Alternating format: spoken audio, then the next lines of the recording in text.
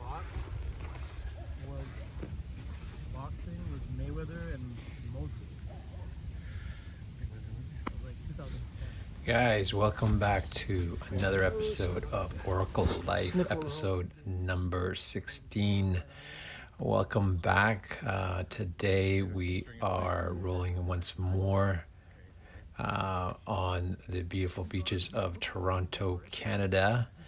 And if you haven't already, guys, feel free to join the Oracle Tribe.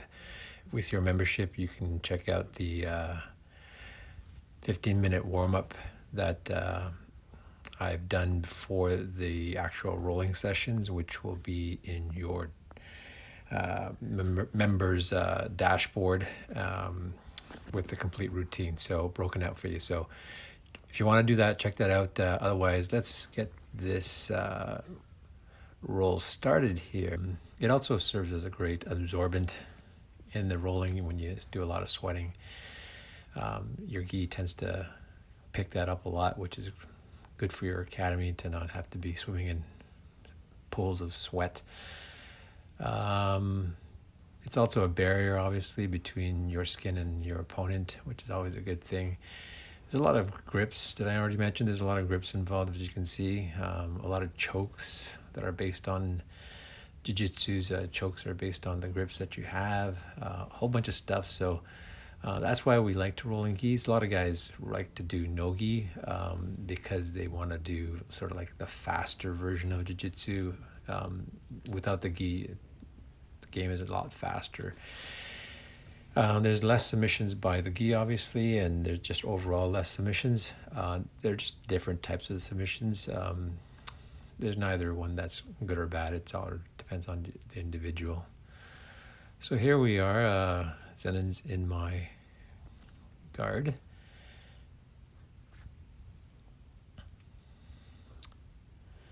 Now, unfortunately for Zenin, he has to deal with my long torso, long legs.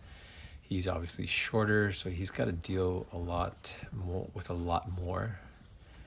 Here I'm trying to do an arm drag to back take, one of my favorites. So yeah, that's one of the unfortunate things with Zenin's. Our body ratios lends itself for that. He's going to have to do a lot more if he's going to try to stand up and break my guard. Here you can see I'm reached over to grab his opposite collar, looking for a possible choke. He's defending it with his right hand. And I managed to get on top to take his back. Zenin does a good job of rolling and getting into sort of quarter guard.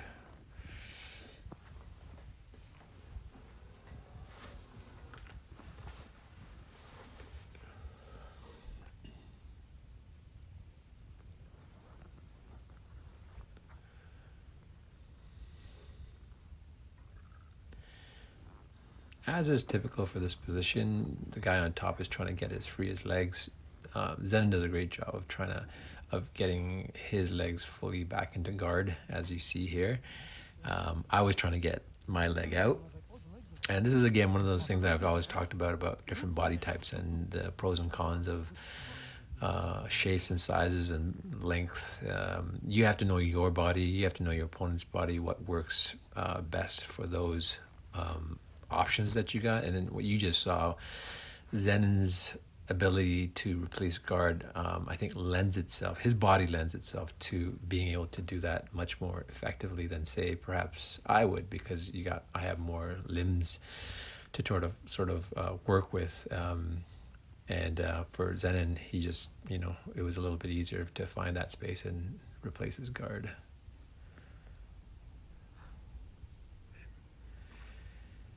Now, I guess the opposite holds true here. With my longer torso, when I stand up, it puts the full effect on Zenin to uphold, to sort of stay connected to me, and which he ended up letting go. I'm not sure if this is the episode where I use a lot of lapel attacks. As you can see here, I've got Zenin's right lapel. I did an arm drag, sorry, a leg drag to get into side control.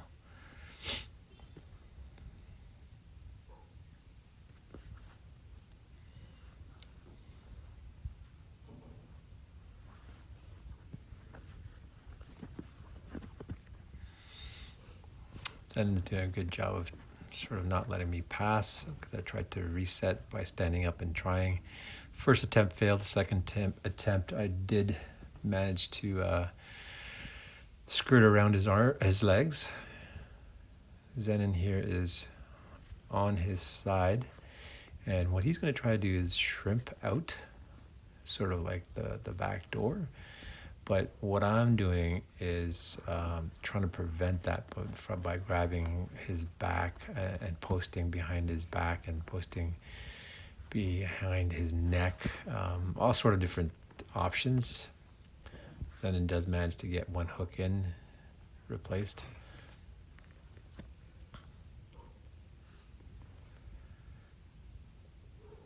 Now, he might choose to stay in quarter guard, or he might choose to try to replace guard completely as he did last time. And here you see what I did was I grabbed Zenon's pants of his lower leg, the bottom leg. And the reason I do that is because versus his top leg is because his bottom leg is going to be the key leg that's going to try to come in and sort of keep his quarter guard. And so by me having a grip of it, I can pin it down while I free my leg up, which is what happened. So here I'm moving my right shin across his belly, threatening the belly, and right there he's going to start feeling it. And once you start feeling it, you're going to start wanting to make some adjustments and possibly give up bad positioning because it's very uncomfortable. So I continue the pressure, not letting his bottom leg go, threatening with my right knee. Zenon doesn't have a whole lot of options at this point. He seems to be trying to go for my back, and it seems like a losing battle.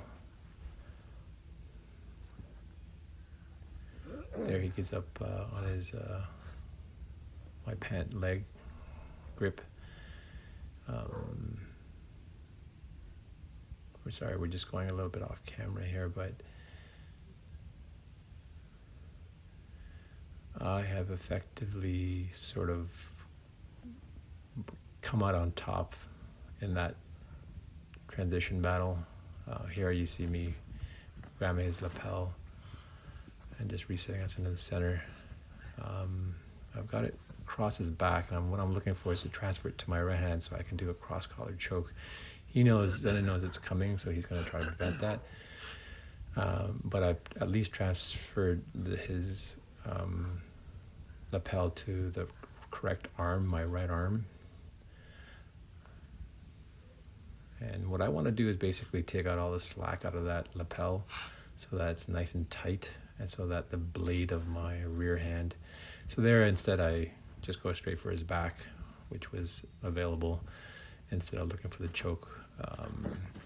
I personally like this position because it offers you a lot of wiggle room. As you saw, I was on my belly, but I was easily able to get back up on my knees and really reset. And particularly, I reset into an almost triangle from the back, but I don't quite have it. Instead, I think I have a figure four across his chest area. So Zenon here is going to try to roll me so that he ends up in my guard. If I lose my grip, that's exactly what's going to happen. I don't want that to happen because it's effectively a loss of my position. So that's why I've got my right hand sort of deep on his other side of his there. So he ended up winning that. That's what he wanted to do. I didn't want that to happen, but I don't think I tried hard enough, or Zenon had good technique. But my job was to use my left hand and get the grip under his left armpit so that I don't twist and fall back onto the flat of my back, which is what you see here. Of course, everything is easier said than done.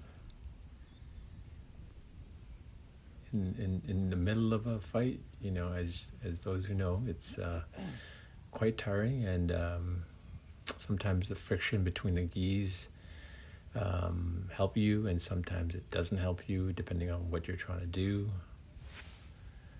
In my case, I think it was helping me because it's creating that friction to not fall off of his back. In a no-gi situation, I would have slid off a lot easier.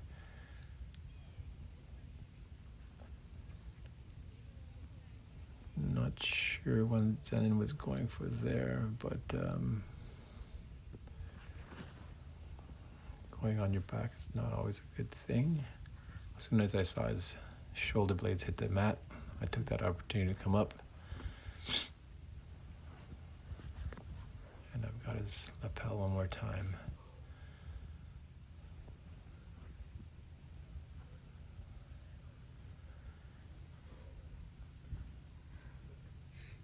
So again, for those that are not initiated into the jiu-jitsu world and you're wondering what the heck is this, one of the things with jiu-jitsu that you should be aware of is that there's the self-defense / martial arts component, and then there is the sort of quote-unquote sports side of jiu-jitsu. So this is probably, I would put into the latter category of sport jiu-jitsu.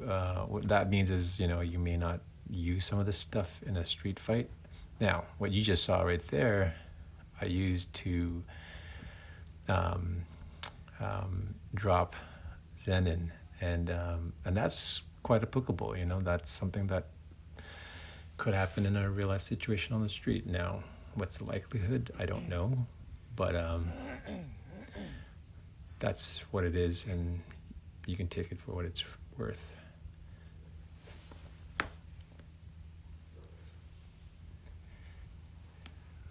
Here at this point, I'm just looking for what are my opportunities. Zenon is really not going to go anywhere here.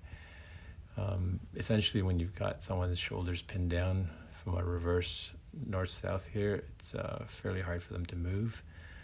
I was sort of taking my time figuring out what I want to do. Do I want to go for Kimura, Americana, work some more lapel? I don't know. It might be just resting. Sometimes also the longer you wait, your opponent will give something up to you.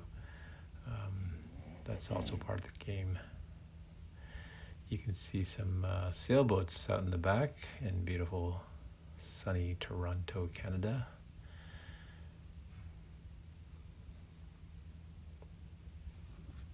If you're watching this video, guys, let me know where you're from. I'd love to know where these videos are reaching and what the jiu-jitsu scene is like in your town.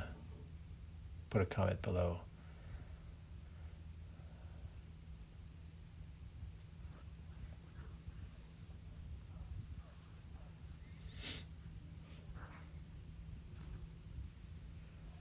So I'm not making it easy for Zenon there. I had both my knees on his shoulders. I'm sure that wasn't pleasant. Zenon was trying to grab my leg.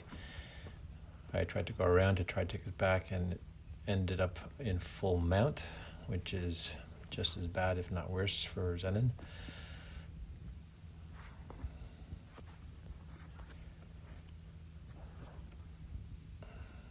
So, I mean, once again, Zenon is a smaller guy than myself, and he definitely has to contend with that extra, whatever it was, 50 pounds than me.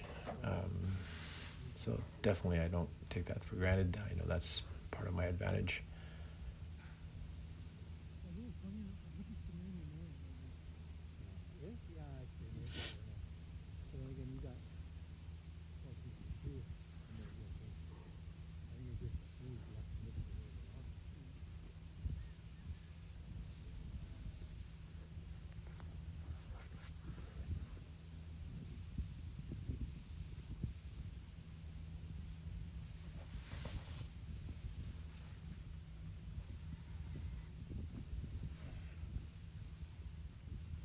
Today's, there I got the Americana to finish off that round. Today's audio recording date, commentating date is Monday, October the 26th. It's not as sunny outside as you see in this video, but it's dry enough that after this narration, I'm going to hopefully get out to my local school here and get some tire training in today. I haven't done it in about a week and a half, and I'm certainly feeling that, and I felt it in our match that Zenon and I had the other day, which I have not uploaded yet, but which you'll see shortly. But you know, you can definitely feel when you have a time off, about a week and a half. For me, you start feeling it, especially if there's a lot of drinking and eating involved in between. So I don't know if you can tell, but basically I've pretty much gained 20 pounds since we've gone into quarantine isolation. I hear 15 is the magic number that a lot of people are working with, at least it was in the summertime. I can't imagine that it's probably just going to get worse with winter as things slow down and our bodies start going into hibernation mode. But yeah, I'm already at 216 or so, and I think I went into this whole quarantine thing at 195 way back in last December, early January. I'm not complaining, it's been fun, but fun as much as you can make out of it being in quarantine isolation. I've made the best of it, as you can tell from all the videos that I've been uploading. This is how I've been keeping myself busy. But yeah, eating and drinking and reducing your calorie burn definitely adds up.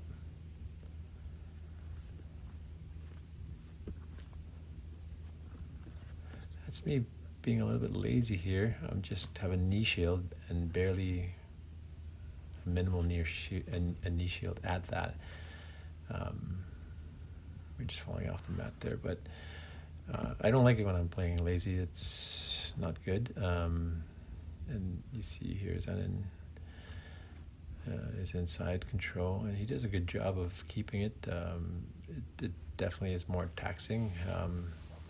But I mean, that's one of the things with jiu-jitsu, is that you're not necessarily always looking to play your game all the time. I think it makes for boring jiu-jitsu for your partner. It's good to mix things up. So what I'm saying is that, you know, I don't mind playing the ground once in a while, as I'm sure Zenon doesn't mind. Zenon kind of pretty much had what he had on me, which was a north-south with the knee on my shoulder. He's turned it into a reverse kisekatami. Tried to go for knee on belly. I got a semi-ghost escape out of that one, but then didn't go far enough, and Zenon replaced it.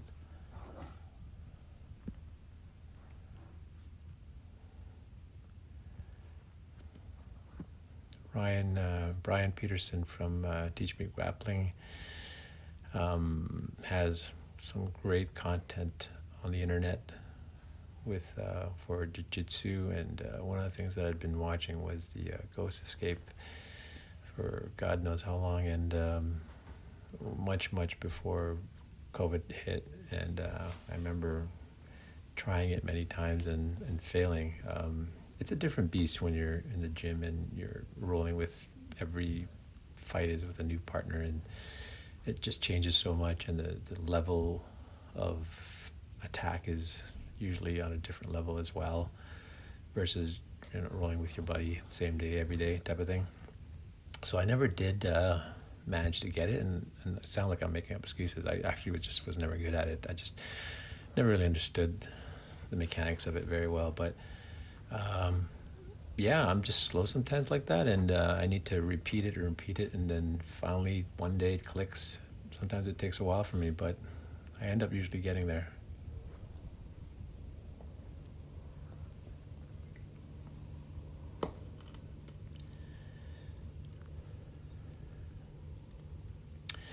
So Zenon is exhibiting a bit of arm control there with my wrist on my opposite hand, and he's got a collar grip, I think. He just managed to get a hook in.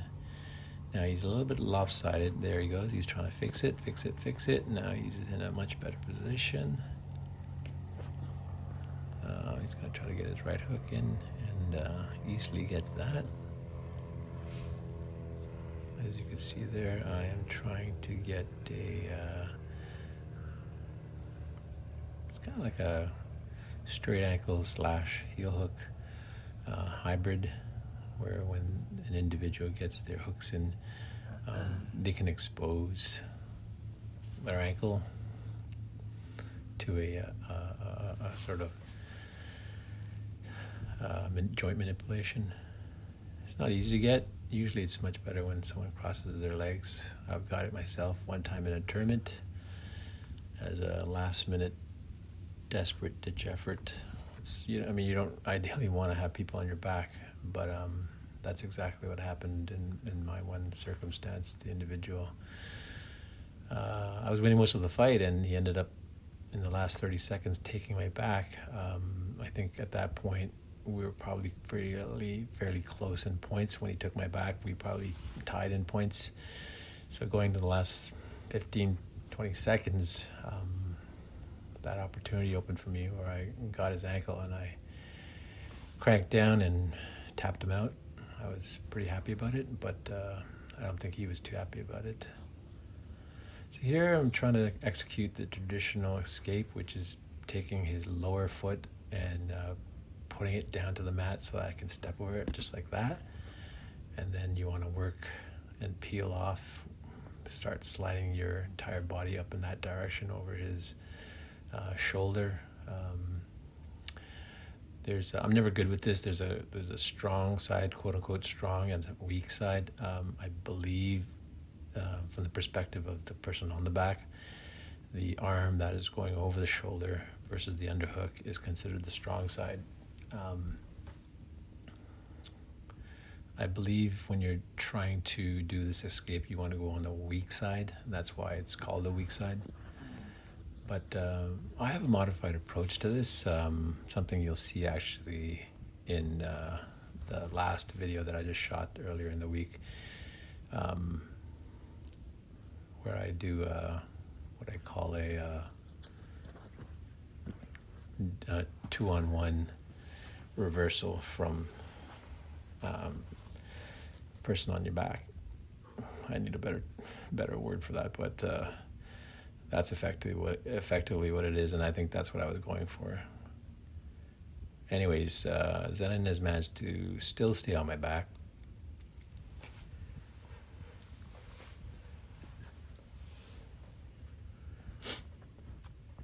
Now, I'm not sure exactly what he's trying to do there.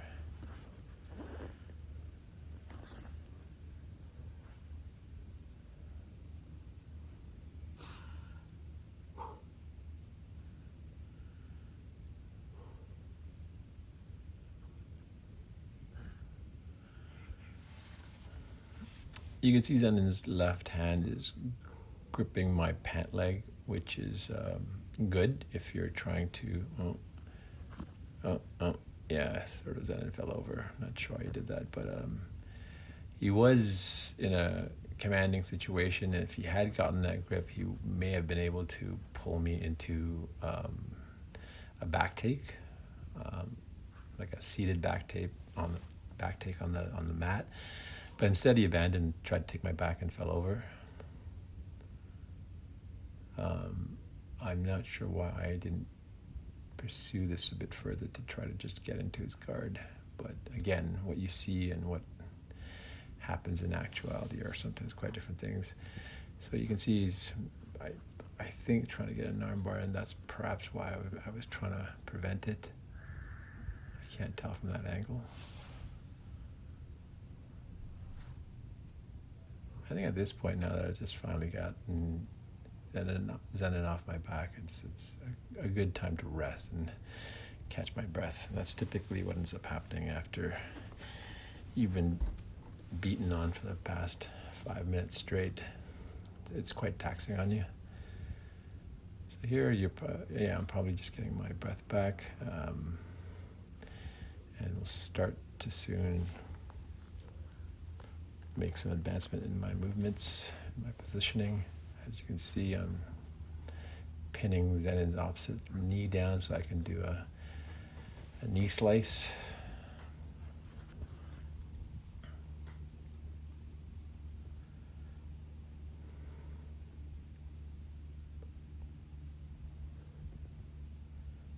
So I'm not sure why, but Zenin easily gives up my leg that he had trapped. He gave it up.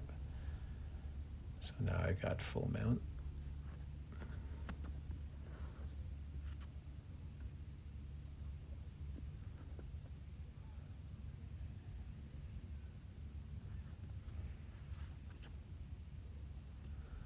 I think I'm trying to set up a arm triangle. But no, it looks like I went back into full mount. Seeing Zenin's arm up, I try the opposite side. But I'm on to Zenin's tricks. He knows that I go for that, and he usually does a pretty good job of what you just saw right there, of shucking me off. But I turned around and reset, keeping my left knee into the pocket so that he cannot place his knee and reclaim guard.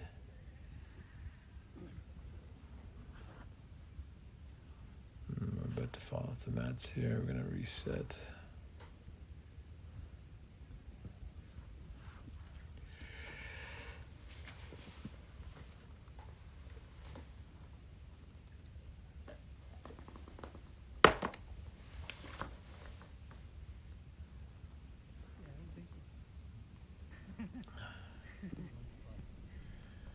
That's what she said. It's time for lunch guard on duty. Should we jump in the water? Go ahead. You can swim. You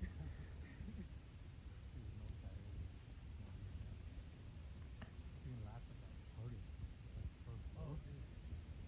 But it's so beautiful just to watch it go. People who know how to swim, especially the old ones, they've been doing it for 40 years. It's like walking. I go to this, I hardly go, but let me send it to you one time. There's this Asian lady. She looks like she's got to be at least 70s. And I'm like, because I fight when I'm swimming. I go faster than her. Beat her in a race, but I'm only doing one lap. And then I'm like, and she'll come back. And then she'll look at me, she go, ah, ha, ha, ha. And then go again. I'm like, oh, fuck you, bitch. I'll choke you. And then she comes back, she laps me like 2-3 times, and I'm just like, yeah, keep going, go. So awesome. I love it, man. I wish like that. Oh, we can. Yeah. Practice and shit. Someplace. I've wanted to for so many years, you know, it's just one of those things, it just takes time and discipline, and I don't know. It's gotta be super convenient. It's usually not. For me, I don't know what it is, jog or going to the park and running is super convenient. For whatever reason, I don't find it hard. Yeah, you have to go anywhere. Put on my shoes, go for a run, come back home. So it's like, Yeah, so Zenin and I were just talking about how we were dealing with COVID quarantine and how we were getting our workouts. I was telling Zenin actually he really should start a YouTube channel. He does a lot of great workouts that I'm sure a lot of people can learn from and would probably love to watch. He starts goddamn early though, so not sure how that would work out when sometimes I think he starts wee hours, early morning hours when it's still dark out. I don't know how you shoot that video, but yeah, he was just saying how he loves it because it's so convenient. He just has to put on his shoes and run out the door and you're instantly running. And then I think he works out in his backyard, so you know, Honestly, no. I have um, no idea what it's like. it's totally cool, really good. I mean, you sort of can't beat the convenience of your own backyard, your own neighborhood, or like what we're doing here, short drive to the beach.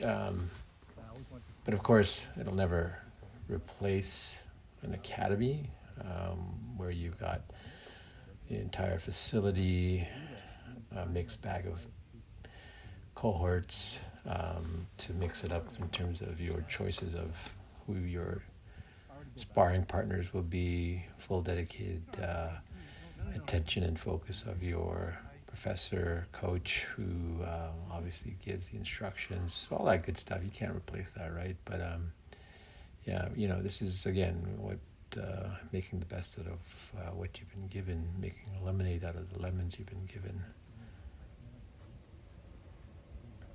I was telling Zen earlier how, looking back at some of the earlier videos from our Corktown rolls back in, I think it was July, and it was pretty hot, but so thankful that I had the blessing and the opportunity to get out there and do that when it was stinking hot. I'll have those memories. The quick knee to Zenon's chin. Always keep your chin tucked or, you know, alert from that knee. The knees are always going to come up in jiu-jitsu.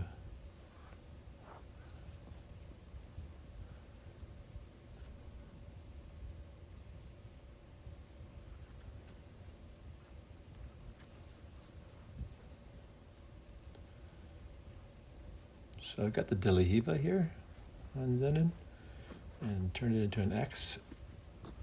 And I've got one of my shins in. He's trying to get it out. I use that opportunity to just to roll him down onto his back.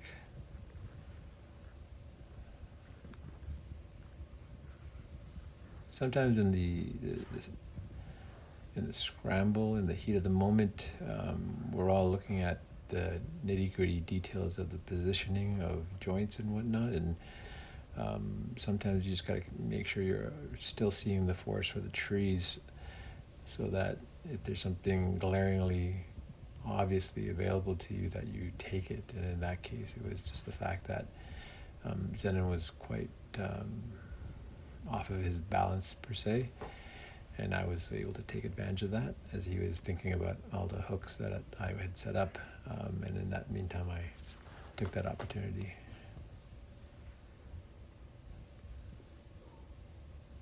So here again, very similar. I've got control of, I had control of Zenon's lower pant. Looking for a Kimura here, trying to break that grip. Zenon's got strong arms from his workouts and good technique, so I don't get anything. Just gonna reset here. With the Kimura, now I believe the proper technique for that is to step over his head with my left foot and then crank it back in the opposite direction, but I don't do that for some reason. Instead, I got the knee on belly.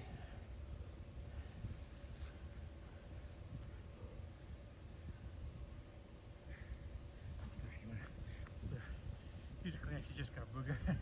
I'm not sure what happened there. It's good. It's trying to. I think we took a break or something.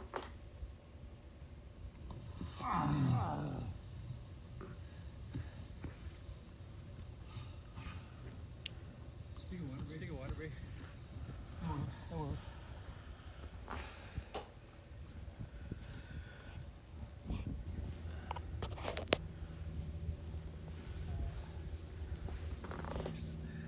So we just took a quick 1 minute water break.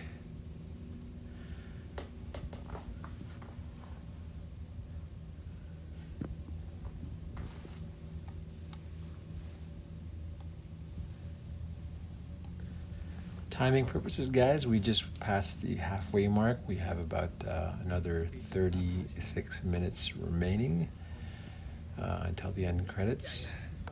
Sit back and enjoy. I think we just stopped. So here we're resetting where we left off, which was side control / kind of neon belly. Oh, no, go ahead. Yeah, it started, yeah. I'm just trying to record. Sometimes a little bit too casual. I'm trying to work his collar free, and Zenon thought we should just he should give me the space and time for that. But no, I was full on.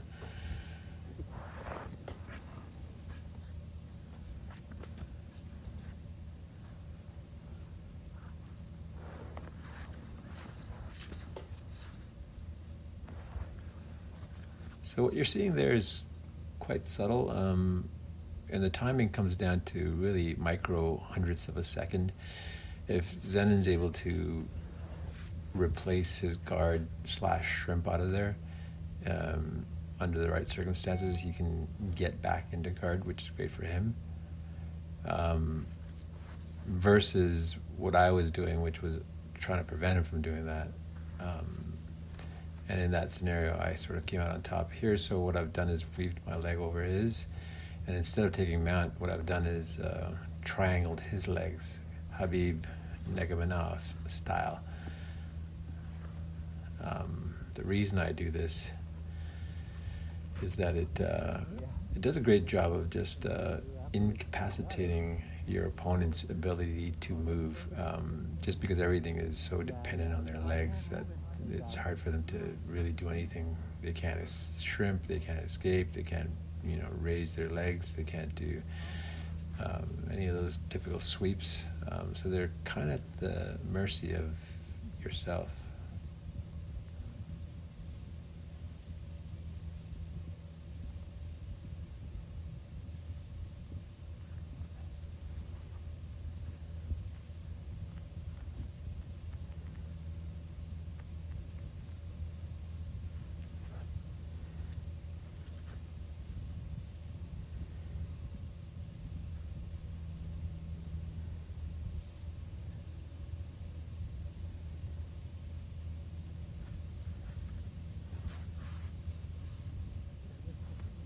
So I give up the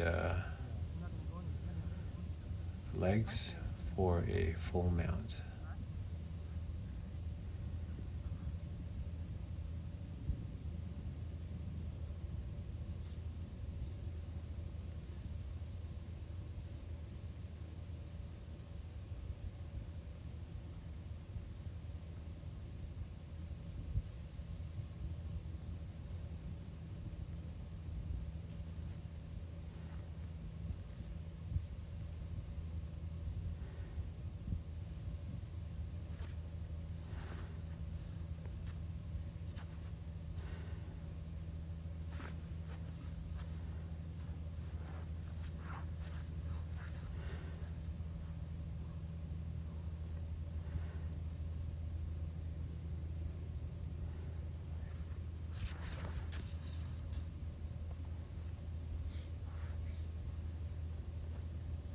Sorry for the extended quiet period there, guys.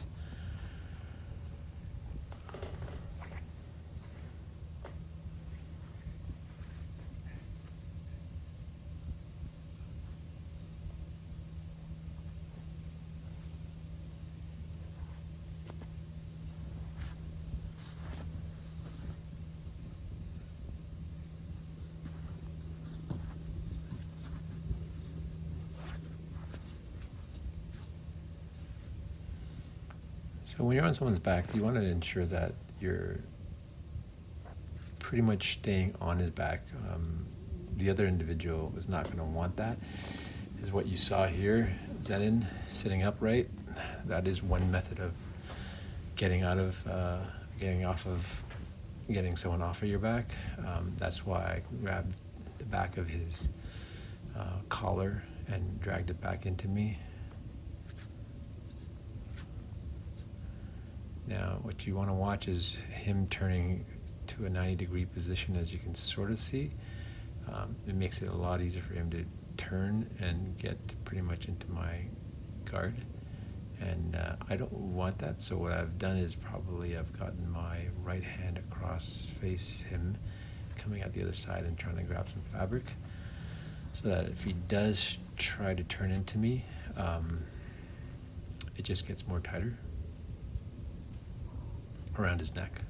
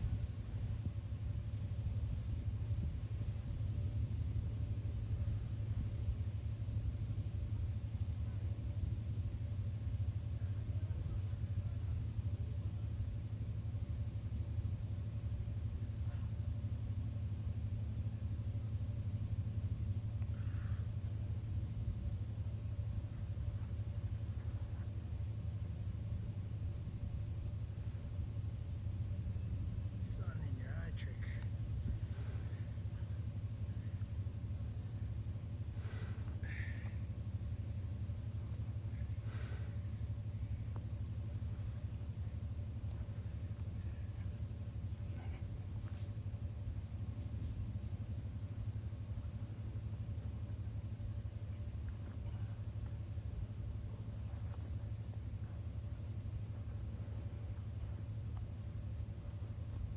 So I'm trying to pass this lapel to my left arm. Then it's like a two-step process, and then I pass it back to the first arm, which is the right arm, as you can see right there I'm trying to do. Because there's a lot of passing back and forth, people just pick up on the fact they know what you're trying to do.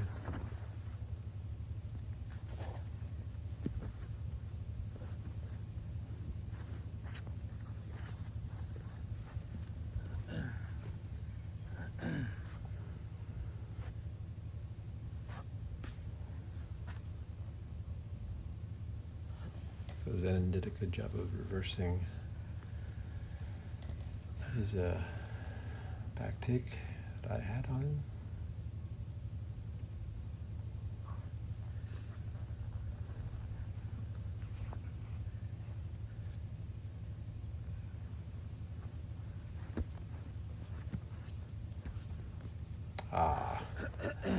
Okay, that was the laziest resistance that you have to admit you've ever seen. I think there's a tap coming here. Oh, no.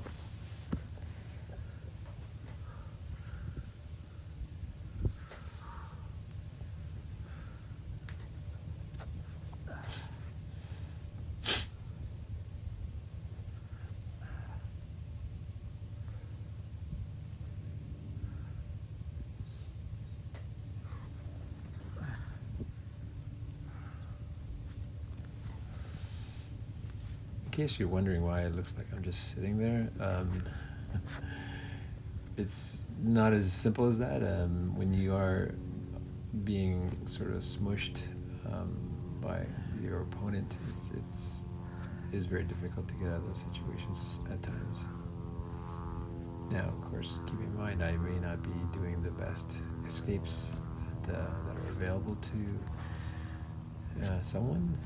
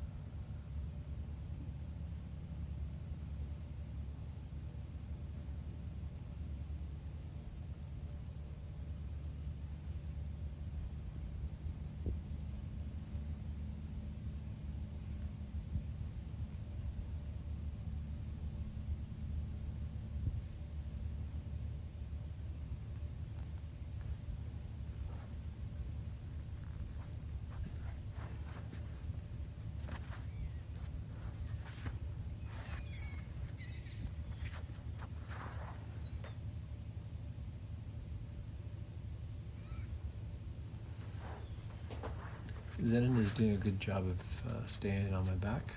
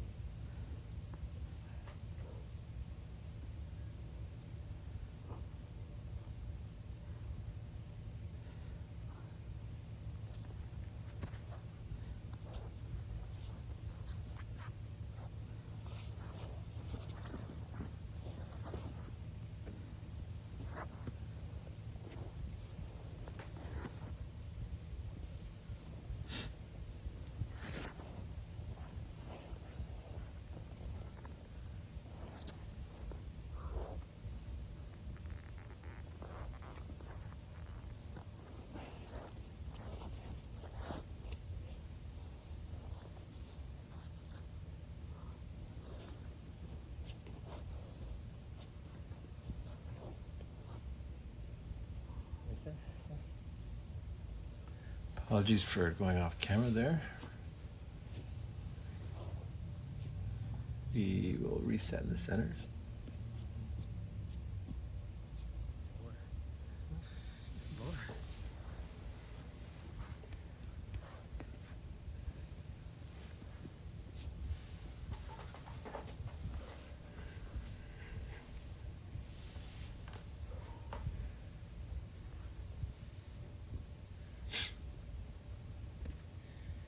Four guys interested in coming out, herding them, or putting them together like herding cats. Not any of their fault, it's just logistics of four people. Like you and I had communicated all summer, so it's no big deal. But these guys are like, they sort of, a couple of them know each other from my academy. One guy, Isa. Another new guy. And yeah, it'd be good if they show up. A large part of them are Mississauga.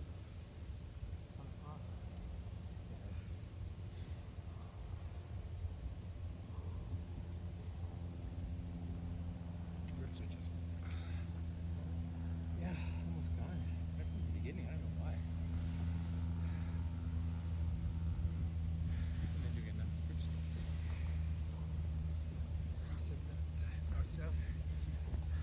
Guys, if you haven't already, make sure you hit the like and subscribe button. Share it with your friends, your loved ones that need to know self-defense.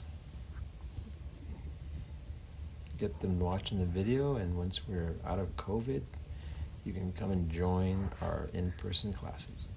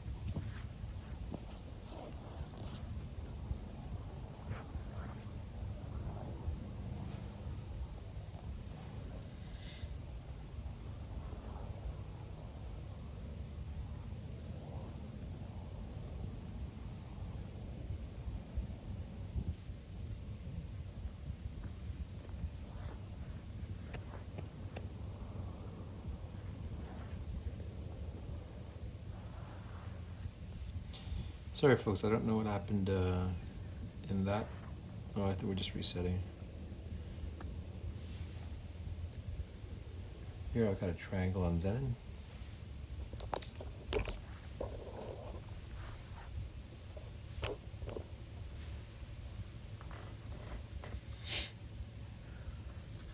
Much like what Khabib Nurmagomedov got at UFC 254 over the weekend. Those that saw the fight, what a great finish by the legendary Eagle, turning Zenon over. And for the finish, it's never good usually by the time you get rolled over. Yeah, Khabib did a awesome job on the ground, tried an armbar, lots of jiu-jitsu, failed at the armbar, and then ultimately Gaethje fell in victim to the arm in triangle, two sort of classic fundamental jiu-jitsu maneuvers. Clearly Khabib is well trained in the art. Gaethje not so much. There was a lot of talk about his wrestling was good. I'm not sure who knew much about his wrestling past. I'm not sure who's seen his wrestling. But clearly in that match, he didn't seem to have a whole lot of answers to Khabib. Some basic jiu-jitsu would have served him well. A lot of the comments that came back was that Gaethje's jiu-jitsu skill level is at probably like a white belt level, which, you know, is kind of alarming that someone would go up for a title belt shot with a white belt in jiu-jitsu. In this day and age, most guys are, you know, at as a face value level, you know, purple or brown. But in reality, they're probably much better, brown, black.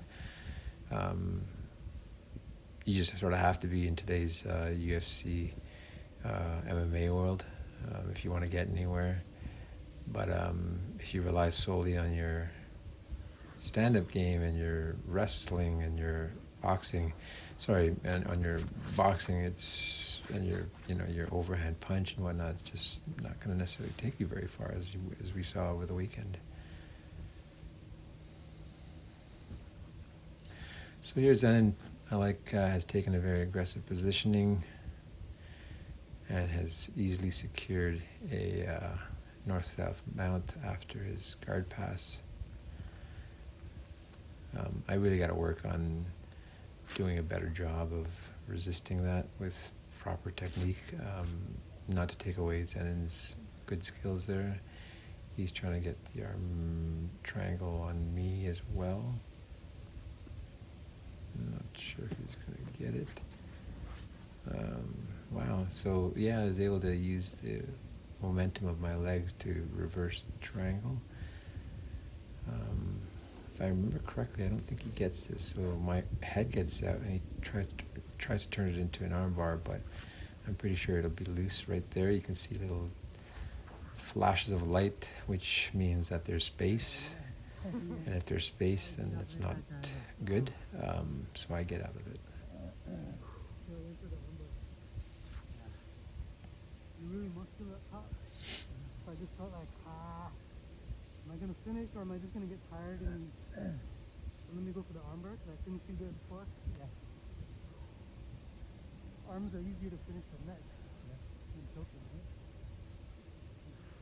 If you slow it down a little bit, I'm not sure. Sorry? If you slow it down a little bit, maybe just to like improve your positioning by millimeters. Yeah, sometimes.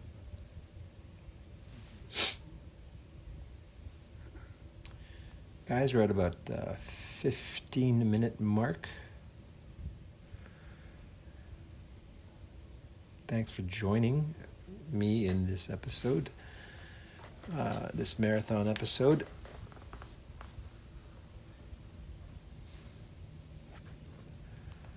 I hope you've found it entertaining.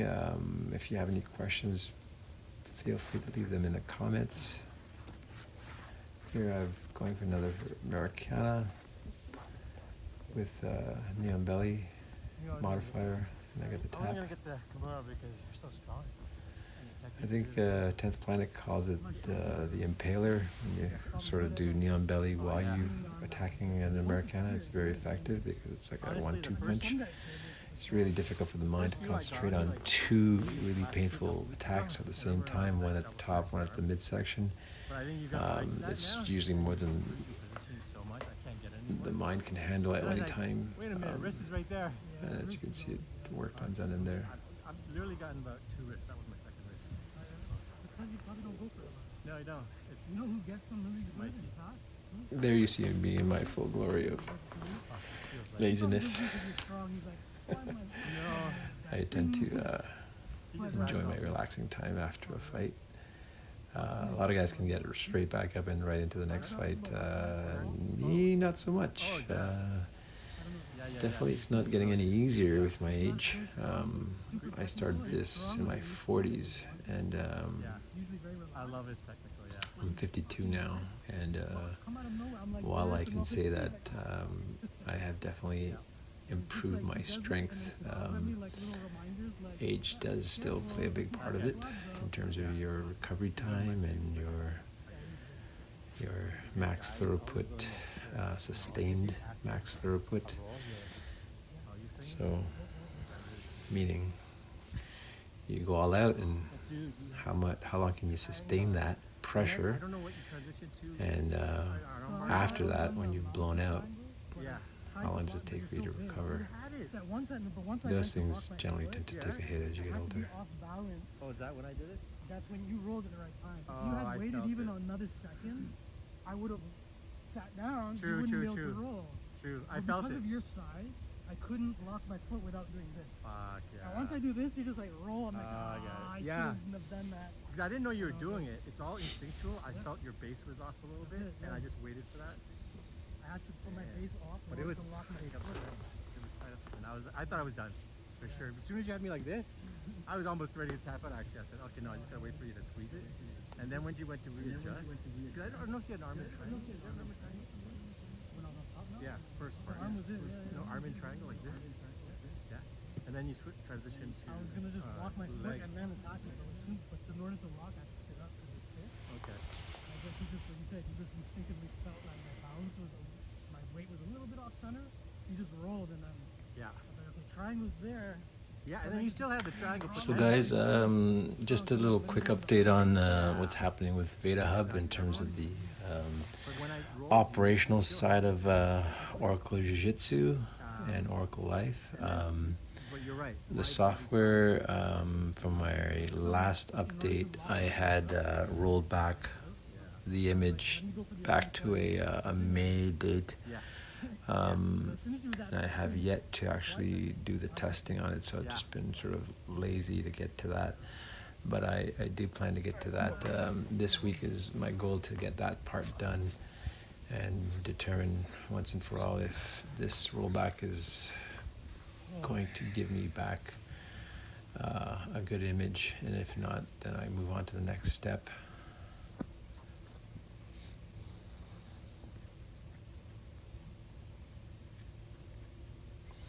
As for the rest of operational, as of this writing, I've got sort of 2 locations, 2 partnerships. One, my continued partnership from 2019 with Oi's Taekwondo in Streetsville, Mississauga. The Cawthor location we've shut down. But I really like the Streetsville location in terms of the size. It's some crazy number, like 3,500 square feet or something like that. 2 giant rooms where I can run separate classes, large classes, separate classes, such as, beginners, advanced, students, whatever the schedule happens to be. And the other location being BJJ Battalion BJJ in Etobicoke with Ricardo, doing the mornings there from 9 to 10. That is not open just yet, obviously. We're in modified stage 2. But once that all gets going, there I'm trying to get we're working really hard to get that butterfly sweep. I've had the Google authenticating location authenticator postcard sent out. One of the things that you have to do when you're setting up a physical business with Google on Google Maps is when you've indicated your sort of bricks and mortar location, they will send you out a postcard to that address. There you go. There's a ghost escape. You saw it there, folks. Unfortunately, I didn't land it with a Darce or whatever, but regardless, I did get it, and it does feel good to get that. I should have really slow-moed it down for you guys, but anyways, as I was saying, is the postcards get sent out to you to the location, and then you've got to open your postcard and get the 6 or 5-digit code or whatever it is and enter it into your Google site to authenticate. So I've done that with Streetsville. I'm still waiting for one at the Etobicoke location.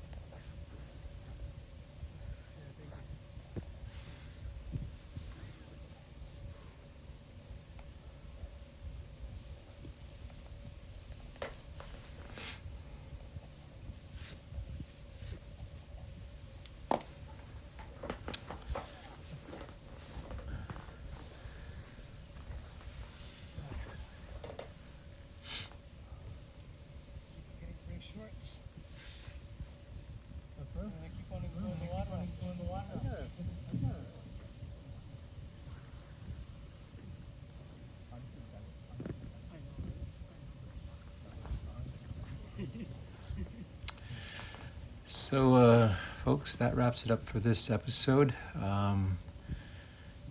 There's 7 more minutes, I think, of film time. I think we're just going to end up chit-chatting. You're welcome to sit in on it and have a listen. But otherwise, from a rolling perspective, I don't think we have any more rolling after this. Once again, thanks for joining me in episode 16. Let me know what you think in the comments below. Hit the like and subscribe button and share with your friends. Let me know what you want to see. And I have another 2 more lined up in the barrels. Episode 17 and episode 18, which is the last one that I just shot, the latest one I just shot over the weekend. I talked to Zenon about it, and it looks like, we might be able to go as far as somewhere in December. I mean, if we got clear weather, we can do this. Even probably right down into the single digits.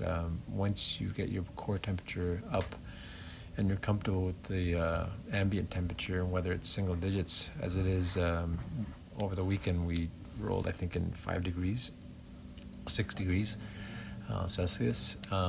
So we said, we could probably even take it colder, because when the sun's out, it just feels great. So we plan to really roll right till it gets like 0 degrees Celsius outside. So we should be able to take it right through November, and without precipitation of October, it should help. And then early December, when it's more dry outside and all the leaves have fallen, we might be able to take it right up through to possibly even Christmas. So we'll see how it goes. Definitely we're not going to be out of COVID anytime soon, so we're going to just have to do whatever we have to do to get by. And as you guys should, right? Hopefully you guys are staying active and doing your thing. Once again, if you are in the local area, Toronto area, feel free to DM me, and we'll share our next location with you, and you can definitely join us.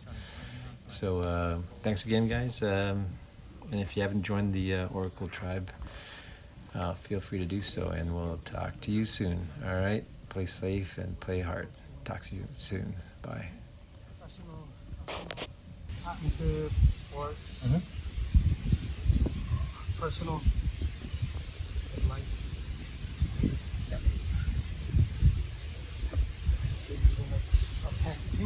Same kind of platform Yeah. for parenting. That's a good question. Good point. Yeah. This parenting is like coaching, right? Absolutely. I in fact used to use a point system with my kids, Oh yeah. but it was like Bitcoin. It was monetized points. Okay. So they would earn points for their activities and stuff like that. And so it was beautiful because it took out a lot of the frustration most parents feel when they go shopping. They say, I want that, Daddy, right? And you're like in a conundrum, right? Yeah. And you could just say no, and then you feel like your kid can shop with you. And I found this was so good. I implemented the point system. So if they did their homework, they got a couple of points. And then when they wanted to buy something, I converted the points to dollars. I said, like, 10 points is $10, right? And or $1, whatever. Yeah. And I said, well, oh, you want that? How many points you got? So they opened their app, and we had apps at the time. Oh, that's great. Like, I got 10 points. That's like whatever X dollars. I go, is that enough for you to buy that? And they go, oh, I need to save up a bit more. So it That's good, yeah. it taught them how to save money. Sure. I loved it. It's amazing. Yeah. I was like even listening. I can't remember where I heard it. Might have been on like a podcast conversation or something. But just the importance of not, like, especially with parenting, but even in coaching, it's not to focus the rewards so much on the outcome, but the work, the effort and the work done. Because this is going into like psychology a little bit now. Even as adults, it's like somebody who climbs Mount Everest. They don't do it to be at the top of the mountain. Right. They do it for that journey going up. Exactly. It's a journey. And it's when you reward the journey, the work that kids put in rather than the results. Yeah. There's some psychological thing that happens where they appreciate the reward more, Yeah. and they're gonna be more enticed to work harder again later Yeah. because they get rewarded for the work effort. And Yeah. there's something very human in that, something very intrinsic in us that it's like jiu-jitsu. Like now you're a black belt, so why are you still training if that was the end? Right. You know what I mean? 'Cause it's Right. not really about the black No. belt so much as it is about the journey. Yeah. It's about the work you did to get there, right? Exactly. So that was an interesting point that I heard, like in parenting. Not that long ago too. It was only like 3 months back. You get much better results from your kids Yeah. if you focus on the work they put into things rather than the results. Yeah. Not Yeah. praising like, hey, good job, amazing, but rather, Exactly. Yes. oh, yes. you know what, you worked really hard, that was good, man. Exactly. They feel better and then they're willing to do more later.